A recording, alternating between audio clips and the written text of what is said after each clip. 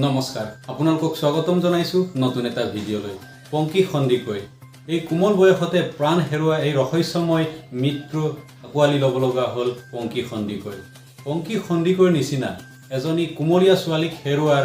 মাকেহে বুজি পাব এজনী ছোৱালীক হেৰুৱাৰ বেদনা আসলতে পংকি খন্দিকৈ হত্যা কৰা হৈছিল নে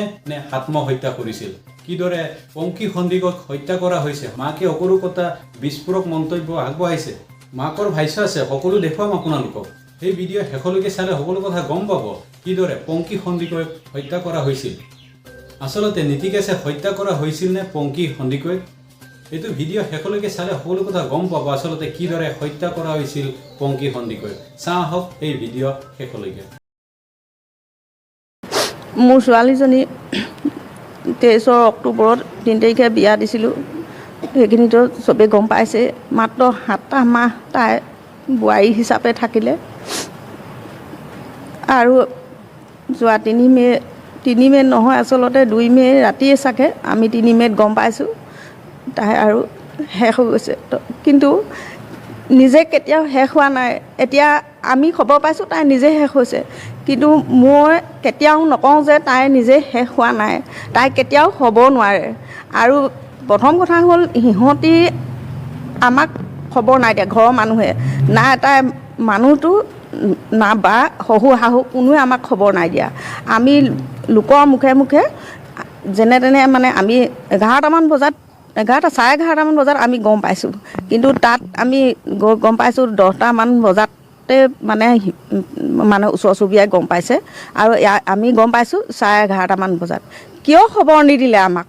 কিয় খবৰ নিদিলে যদি মোৰ ছোৱালীজনী প্ৰকৃততে সেনেকুৱা কৰিছিলে তেওঁলোকৰ গাত দুখে নাই কিয় খবৰ নিদিলে আমাক ঘৰৰ মানুহে কোনোবাইতো খবৰ দিয়ক ইমান নিয়ম নীতিৰে নিছে মোৰ ছোৱালী চুৰ কৰি পেলাই তাহাঁতৰ ঘৰত বিয়া হোৱা নাছিলে নিয়ম নীতি সমাজ পাতি যিজনী ছোৱালী ইমান আকুল খাকুলে নিছিলে সেইজনী ছোৱালী যদি তেনেকুৱা এটা কৰিছে তেওঁলোকে দুখ কৰি বা কিবা এটা কৰি আমাৰ দায়িত্ব বুজি কিয় খবৰ নিদিলে আৰু দ্বিতীয়তে সেইদিনাখন তাই মানুহটো সেইদিনাখন দেৰিকৈ আহিছে 9:30 বজাত আহিছে সেই 9:30 বজাত আহি পাওঁতে মই গধূলি 6টাৰ পৰা 9:30লৈকে মই 3-4বাৰ ফোন কৰিছোঁ অহা নাই কাৰণে ফোন কৰিছোঁ দেই ইবাৰ সুধো আহিছে নি তাই কয় নাই পোৱাহি 7:30মান বজাত মই ভিডিঅ' কলো কৰিছোঁ তাইক তেতিয়া তাই মোক কিবা কিবি দেখাই আছে আৰু পিন্ধি আছে মানে কোলা স্পৰ্টিং এটা এনেকৈ হাফ পেণ্ট এটা পিন্ধি পেলাই মোলৈ ভিডিঅ' কল কৰিছে আহি তেতিয়াও অহা নাই তেতিয়া কৈছে মা ৰ'বা মই আকৌ ফোন কৰোঁ তাৰ আগত ফোন কৰিছে সি আহি আছোঁ বুলি ক'লে তাৰপিছত ক'লে ৰ'বা বোলে মই আকৌ এবাৰ ফোন কৰোঁ দেই সেইবুলি মোলৈ ফোন থৈ তাই আকৌ ফোন কৰিছে তাৰপিছত মই আকৌ ফোন কৰিলোঁ ফোনত পালিনে আহিছেনে ক'ৰবাত দোকানত সোমাইছোঁ বুলি কৈছে সেইবাৰ গ'ল তাৰপিছত মই যেতিয়া 9:30 বজাত ফোন কৰিছোঁ তেতিয়া সি পাইছেহি গাড়ী ভৰাইছে বুলি কৈছে গেৰেজত কাষৰ ৰুমৰ বুঢ়ী এগৰাকী আছে মই দেখি নাপালোঁ এদিনো তেওঁ মোক আনকালে কথা পতা নাই সেইদিনা বুঢ়ীগৰাকীয়ে কথা পাতিছে মোৰ গেৰেজতে গাড়ীখন থৈ ভৰাইছে সিমানখিনিলৈকে ক'লে কিন্তু যিদিনাখন আমি গম পাই পালোঁগৈ থানা পালোঁগৈ সেইদিনাখন এই মোৰ ছোৱালীজনী মোবাইলটো আৰক্ষীয়ে পালে আৰু তাইৰ মোবাইলতে তাৰ চিমটো ভৰাই থৈছে তাৰ মোবাইলটো বোলে নাই ভাগিলে তাই ফোনটোকে ব্যৱহাৰ কৰোঁ বুলি ক'লে কিন্তু তাৰ মোবাইলটো ক'লৈ গ'ল মোৰ ছোৱালীজনীয়ে 2-3বাৰ গধূলি দিনত ফোন কৰিছে নকৰিছেতো বাদেই গধূলিতে তাই 3বাৰমান তাই মানুহটোলৈ ফোন কৰিছে অহা নাই বুলি তেতিয়াহ'লে তাইৰ মোবাইলটো কি হ'ল তাৰ মোবাইলটো কি হ'ল কিন্তু আৰক্ষীয়ে সেই মোবাইলটো কিয় উলিওৱা নাই আমি সিদিনাখন গৈ কওঁতেও ক'লে কি এই হৈ যাব ওলাব এনেকৈ বুলি ক'লে মই মোবাইলটোৰ কথা যেতিয়া কৈছিলোঁ আৰু মোবাইলটোত বহুতখিনি কথাই ওলাব কিন্তু তেওঁলোকে গুৰুত্ব দি মোবাইলটো কিয় বিচাৰি তেওঁলোকে কিয় জব্দ কৰে এটা প্ৰশ্ন মই সুধিবলৈ বিচাৰিছোঁ গৌতম যদি আপুনি শুনি আছে নিদিয়া নিচিনা লাগিলে মোৰ মোবাইলটো যে নাই আৰক্ষীয়ে গুৰুত্ব নিদিয়া নিচিনা লাগিলে আৰক্ষীয়ে গুৰুত্ব নাই দিয়া বুলি তেখেতে মন্তব্য কৰিছে গৌতম পংখী বিয়া হৈ যোৱাৰ পাছত 6টা মাহ যিহেতু হৈছিলহে কেতিয়াৰ পৰা মাকক তেওঁ পংখীয়ে ফোনতেই হওক বা লগ কৰি হওক কেনেধৰণৰ কথা কৈছিল যে নীতিকেছে তেওঁৰ ওপৰত কিবা এটা অত্যাচাৰ চলাইছে বা নিৰ্যাতনৰ বলি হ'বলগীয়া হৈছে মাৰপিট কৰিছে এনেধৰণৰ কথাবোৰ মাকক কিমান দিন আগৰ পৰা তেওঁ ক'বলৈ চেষ্টা কৰিছিল সেইখিনি কথা বা মাকে যেটো এটা কথা উল্লেখ কৰিছিল ইয়াৰ আগতেও যে কিছু ঠাইত তাইৰ আঘাতৰ চিন মাতৃয়ে দেখা পাইছিল বুলি উল্লেখ কৰিছিল সেইখিনি কেতিয়াৰ পৰা সেই অভিযোগখিনি আহিবলৈ আৰম্ভ কৰিছিল পংখীৰ ফালৰ পৰা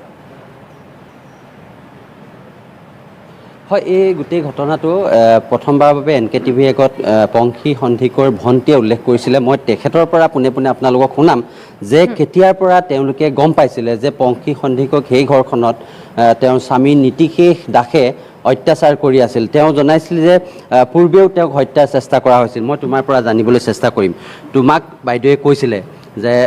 হত্যা কৰাৰ ডিঙিত চেপা মাৰি থৈছিলে কেতিয়া সেই কথা কৈছিলে তোমাৰ মাতৃকো সেই কথা কৈছিল নেকি তাই মোক কৈছিলে তাৰপিছত মাক ক'বলৈ মানা কৰিছিলে মাক নকবি কৈছে মায়ে বেছি চিন্তা কৰিব তেনেকৈ বুলি মাক নক'বলৈ তাই কৈছিলে কি প্ৰসংগত ক'বলগীয়া তাই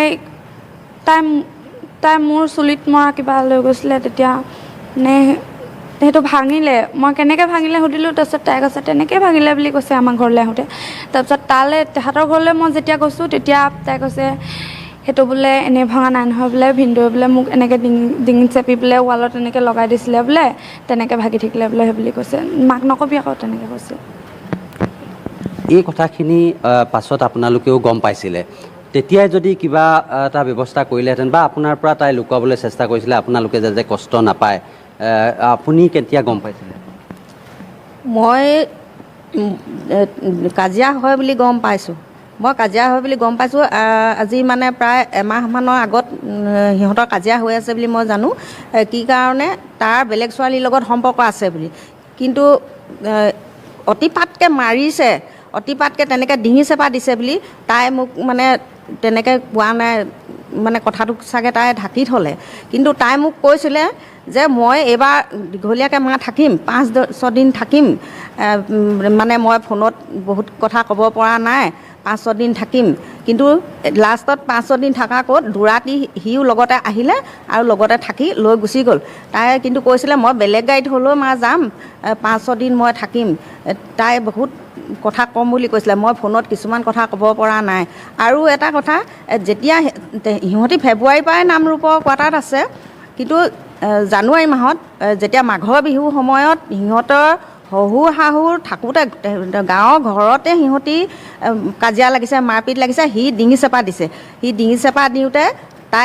তাইক একচৰ মাৰি তাই বাচিছে আৰু তেতিয়া শাহুৱেকে কৈছে এই ঘৰত নক'বা আৰু এই মতা মাইকী মানুহৰ এইবোৰ দন থাকেই তাৰপিছত মোক শাহুৱেকে কৈছে এই জানে নাই ল'ৰাটোক এনেকৈ চৰিয়ালে নাপায় নহয় আৰু আমি এতিয়া কিবা এটা নিয়ম কৰিব লাগিব নহয় মই বোলো এটা কথা কি কাৰণে তাই তাক চৰিয়ালে মই এই কথাটো জানো আকৌ সেই বুলি ক'লত শাহুৱেক মনে মনে থাকিলে আৰু তাই মোক সেই কথাটো যেতিয়া তাই তেনেকুৱা হ'ল বুলি কৈছে তাই মনে মনে মোক ফোন কৰি কৈছে কাৰণ কেলৈ শাহুৱেকে কৈছে ঘৰত নক'বা এই মতা মাইকী এইবোৰ দন থাকেই আৰু ঘৰত নক'বা আৰু তেনেকৈ বুলি কৈছিলে আৰু মই তাৰ পাছত সেই দনখনৰ পাছত এই কোৱাৰ্টাৰলৈ যোৱাৰ পাছত সিহঁতি কাজিয়া লাগিছে কিন্তু এই তাৰ বেলেগ ছোৱালীৰ লগত সম্পৰ্ক থকাৰ কাৰণে প্ৰথম অৱস্থাত তাইক তাৰ মোবাইলটো চুবলৈ নিদিয়ে লুকুৱাই থয় বা সি যদি ফোন কৰে বা মেছেজ কৰে তাই যদি কেনেবাকৈ ওচৰত দেখে বা থাকে তেনেকৈ দিব পৰা নাই বা মই মোৰ ছোৱালীজনীক কিয় মই শিক্ষা দিব পৰা নাই যে তেওঁ যদি কিবা এটা অন্যায় হৈছে সেই অন্যায়টোৰ তেওঁ বিৰোধিতা কৰিব পাৰে অন্যায়ৰ বিৰুদ্ধে তেওঁ সাহসেৰে যুঁজ দিব পাৰে বা তেওঁ থিয় হ'ব পাৰে অন্ততঃ তেওঁ মিনিমাম আইনখিনিত এগৰাকী শিক্ষিতা যুৱতী হিচাপে মই মাতৃ হিচাপে মোৰ কন্যাগৰাকীক মই মিনিমাম আইনখিনি জানিবৰ কাৰণে মই উৎসাহ দিম মই শিকাম গতিকে অকল যে আমি কাৰোবাক এটা আজিৰ খবৰ ইমানেই ভিডিঅ'টো ভাল লাগিলে লাইক কৰক শ্বেয়াৰ কৰক আৰু চেনেলটো ছাবস্ক্ৰাইব কৰিবলৈ নাপাহৰিব ধন্যবাদ